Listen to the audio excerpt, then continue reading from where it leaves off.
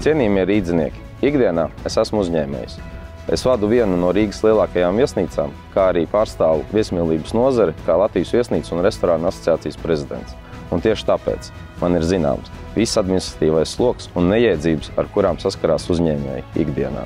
Un tieši tādēļ mēs redzam, ka Rīga atpaliek konkurētspējas ziņā gan no Viļņas, gan no Tallinas, gan arī visos ekonomiskajos parametros. Mums ir profesionāla komanda, kur katrs ir līderis savā jomā, un mēs esam gatavi strādāt pie administratīvā sloga samazināšanas, ar kuru saskarās gan mazie uzņēmēji, tirgotāji, gan arī lielie investori.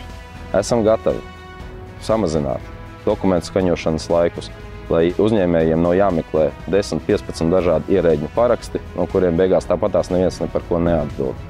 Kā arī uzskatām, ka ir nepieciešams atbalstīt ne tikai jaunus investorus un uzņēmējus, kas nāk iekšā pilsētā, bet ir jātiekās un jārunā arī jau ar esošajiem un jāpalīdz tiem saglabāt darba vietas un radīt jaunas. Tāpatās mēs savā programmā esam iekļāvuši to, ka Rīgai ir jāatgūst iepriekšējais tituls kā Baltijas turisma galvaspilsētai. Un tam mēs esam paredzējuši 5 miljonus pasākumu un darījumu turismam, kā arī atjaunot prāmju līniju ar Zviedrijas galvaspilsētu un citām Skandināvijas galvaspilsētām.